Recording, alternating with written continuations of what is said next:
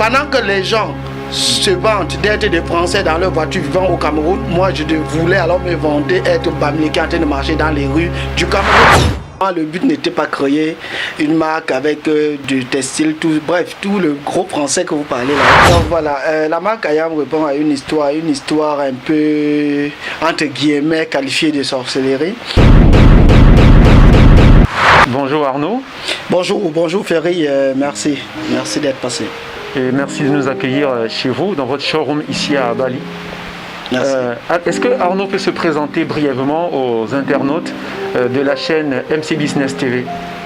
Ok, moi c'est Arnaud de Wekapunet, je suis entrepreneur, je suis promoteur de la marque Ayam et le projet dure depuis 4 ans aujourd'hui. Alors oui, on va en reparler dans la suite de notre interview. Alors Arnaud, comment est-ce que tu commences? Parce que tu es aujourd'hui promoteur d'une marque qui se positionne comme leader en Afrique. Et comment est-ce que tu commences ton business? Comment est-ce que tu lances la marque Ayam? Donc voilà, la marque Ayam répond à une histoire un peu, entre guillemets, qualifiée de sorcellerie. Pourquoi? Parce que la marque Ayam, j'ai commencé avec 3 t-shirts. C'est vrai qu'aujourd'hui c'est pratiquement c'est carrément l'empire du vêtement, mais j'ai commencé avec 3 t-shirts. Et l'idée me vient lorsque j'étais à la maison, j'étais en train de regarder la télé. Et les Magic System étaient en train de faire un concert et ils étaient habillés en dashiki. Donc l'idée c'était remplacer le motif dashiki par le motif Bamileke. Et c'est donc comme ça, sur un coup de tête que je suis sorti, je suis allé acheter 3 t-shirts et je suis allé voir une couturière au quartier. J'ai dit s'il te plaît, est-ce que c'est possible de prendre les chutes de pagne là, et d'appliquer justement sur les t-shirts. La dame a dit voilà, ça allait me faire 500 francs CFA par t-shirt. J'ai dit il n'y a pas de problème. J'ai donc fait les 3 t-shirts, j'ai porté et j'ai fait quelques photos. J'ai montré à mes amis que voilà, j'ai envie de lancer une marque de vêtements. Il faut dire quand même que quand j'ai commencé, il n'y avait pas des gens qui faisaient la friture. En fait, aujourd'hui, le fait qu'on a vulgarisé énormément la marque a fait qu'aujourd'hui on peut avoir vraiment un panoplie de marques dehors. Mais quand j'ai commencé, j'étais le seul à Douala pratiquement à le faire, à prendre le t-shirt, coller le pain là. C'est pour ça que en fait, c'est comme ça que j'ai commencé avec 3 t-shirts. C'est chemin faisant justement que les autres besoins ont commencé à naître, les responsables. Oui, tout à fait, parce qu'aujourd'hui, Ayam, ce n'est plus seulement des t-shirts. Voilà. C'est plein de choses, c'est l'habillement 360 degrés de la tête aux pieds. Est-ce qu'on peut nous présenter brièvement les produits de la marque Ayam? Voilà, aujourd'hui, honnêtement, depuis les 3 t-shirts, nous faisons vraiment un habillement à 360 degrés, c'est-à-dire on habille de la tête jusqu'aux pieds. En d'autres termes, en ce qui concerne l'habillement responsable, on a des ensembles en super 100, on a des vestes, on a des chemises, on a des boubous, on a des gandoura, on a des chaussures monsieur, on a des chaussures espadrilles, on a des casquettes, on a des sacs à dos, on a des sacs de voyage, on a des sacs bananes, on a des bandoulières.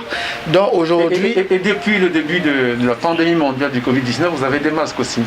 Voilà, et depuis quelques temps, vu qu'on est obligé de vivre aujourd'hui masqué, on a donc commencé à faire des masques. Mais bon, en tant qu'entreprise citoyenne, les masques beaucoup plus sont mis à la disposition de nos clients. Parce qu'après, s'il faille vraiment sortir, attraper la maladie, c'est pas la peine. Donc on participe aussi à notre manière de faire éviter à un maximum de monde d'attraper le virus. D'accord. Arnaud, vous avez commencé à raconter l'histoire de Ayam, une très belle histoire. D'ailleurs, vous m'avez confié tout à l'heure en off que vous avez lancé votre marque à partir de 7000 francs CFA. Comment est-ce possible de lancer une marque avec 7000 francs CFA? Donc honnêtement même, ce n'était pas 7000, c'était moins de 7000. Mais c'est 7000 que j'ai... En fait, quelques années auparavant, j'avais fait une publicité et Orange m'a transféré de l'argent dans un compte que j'avais créé à cet effet. Et donc j'avais déjà tout retiré l'argent, il me manquait 17 000. C'est 17 000 francs qui me manquaient dans le compte. Et maintenant, je me lève un matin, je voulais retirer mes 17 000. Et ce n'était pas possible. Ce n'était pas possible de retirer. Parce que si vous avez un compte d'épargne, vous ne pouvez que retirer. Vous devez laisser obligatoirement 10 000 dans le compte d'épargne. Et donc j'étais obligé de ne retirer que 7 000. Mais en réalité, c'est pas avec 7 000 que j'ai commencé. 7 000, c'est le montant que j'ai retiré en banque. Mais j'ai acheté 3 t-shirts. D'accord. Et j'ai donné à une couturière. 3 t-shirts, ça m'a coûté 1000 francs parce que c'était pas des vrais t-shirts comme aujourd'hui. C'était des t-shirts qu'on voit au Carrefour, Arnaud, la t-shirt d'entreprise, tous ces t-shirts pilotes. D'accord. Bon, un peu en dessous de pilote même parce que c'était des t-shirts que j'avais achetés à 1000 francs, 3. Et ensuite, j'ai fait faire les 3 à 500. Donc en réalité, c'était 4500 francs CFA que j'ai fait 3 t-shirts avec. D'accord. Mais vous avez quand même retiré 7000 francs CFA de votre compte. Et j'ai retiré 7000 francs CFA de mon compte. Voilà pourquoi je retire 7000 francs. Ça a été créé sur la base de 7000 parce que c'est 7000 francs que j'avais en main. Oui, mais pourquoi s'être orienté dans le secteur des vêtements Afritude, vous aurez pu vous lancer dans la coiffure par exemple, mais pourquoi avoir créé une marque d'essence africaine avec le textile local comme le Ndop, comme on peut voir, et le Togo, comme on peut voir avec les chaussures qui sont juste derrière nous. Pourquoi une marque inspirée du textile local, du textile africain? Bon, honnêtement, ce n'était pas ça. Honnêtement, le but n'était pas créer une marque avec du textile, bref, tout le gros français que vous parlez là. Honnêtement, c'était pas ça. En fait, depuis tout petit, j'ai un problème de l'appartenance, un problème du fait qu'on a toujours l'impression qu'on n'est pas bien, en fait on est petit. En fait j'ai un problème, depuis que je grandis, quand je vois quelqu'un qui a acheté une voiture et que je vois que la voiture est entourée du drapeau français ou alors du drapeau américain, dans ma tête c'est merde. Ce monsieur là, vraiment, donc au Cameroun il n'aime tellement pas son drapeau qu'il préfère vivre au Cameroun et être aux États-Unis en même temps. Donc il vit au Cameroun, il conduit au Cameroun, mais sa voiture c'est le drapeau américain partout. C'est là le vrai problème. Moi, mon problème, c'était que les gens puissent s'identifier, que les gens puissent s'accepter. L'idée de prendre un t-shirt et mettre les motifs Bamileke, c'était pour être capable de s'accepter tel qu'on est. C'est-à-dire, pendant que les gens se vantent d'être des Français dans leur voiture vivant au Cameroun, moi je voulais alors me vanter être Bamileke en train de marcher dans les rues du Cameroun. Vous voyez un peu, donc c'est la lutte pour l'identification de soi que moi je recherchais. C'est plus tard que ça a abouti à une marque de vêtements, parce qu'à la base c'était même pas une marque, c'était obliger les gens à s'accepter. Pour moi au départ, les gens qui venaient me voir pour dire que je veux un t-shirt, ce sont les gens qui assumaient leur statut d'être Bamileke, d'être Camerounais, d'être du Sud-Ouest. C'était cette capacité à s'assumer qui a poussé en fait à ce que je prenne le tissu de l'Ouest, parce qu'au Cameroun on a 2 types de tissus vraiment vulgarisés. On a le tissu Sud-Ouest, on a le tissu du Nord-Ouest. Ce qui fait que mes premiers clients que j'ai eus, c'était des personnes appartenant à ces 2 régions qui voulaient vraiment faire des cadeaux, qui voulaient s'identifier que non, mon papa c'est un notable, du coup je vais lui donner un truc qui s'identifie. Donc voilà, c'était un peu ça au départ. Sauf que chemin faisant, on a vu le progrès, on a vu ce que cela avait et on a commencé donc vraiment... Si je comprends bien, la marque Ayam est née pour valoriser l'identité camerounaise et africaine en général. Voilà, en réalité, c'est ça. Est-ce qu'il n'y a pas aussi comment dire, il n'y a pas un objectif géostratégique derrière? C'est-à-dire positionner le savoir-faire africain, mettre en avant le savoir-faire camerounais et africain en montrant que on a aussi on a des valeurs, on a de la ressource sur le plan local. Donc exactement tout ça. Déjà, je ne suis pas de ceux qui pensent que l'Africain est sous-évalué par rapport à d'autres déjà. Cette mentalité, je ne l'ai pas. Donc pour ma part, en fait, moi, je vais vous raconter une histoire. Un jour, quand j'étais dans une boutique d'une de mes tantes à Bonapriso, il y a un Italien qui est entré dans la boutique. Je faisais déjà les t-shirts, pas encore des chemises, je faisais déjà les t-shirts. Et du coup, ma tante a accepté que je puisse venir rester dans sa boutique pour accueillir le client. L'Italien est entré dans la boutique.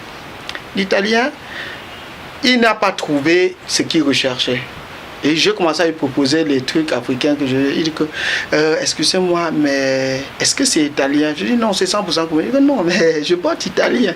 Et du coup, en fait, on a tout fait. Il dit, je porte italien. Non, écoutez, je n'ai aucun problème avec ça. C'est très beau, je trouve ça très joli, mais je porte italien.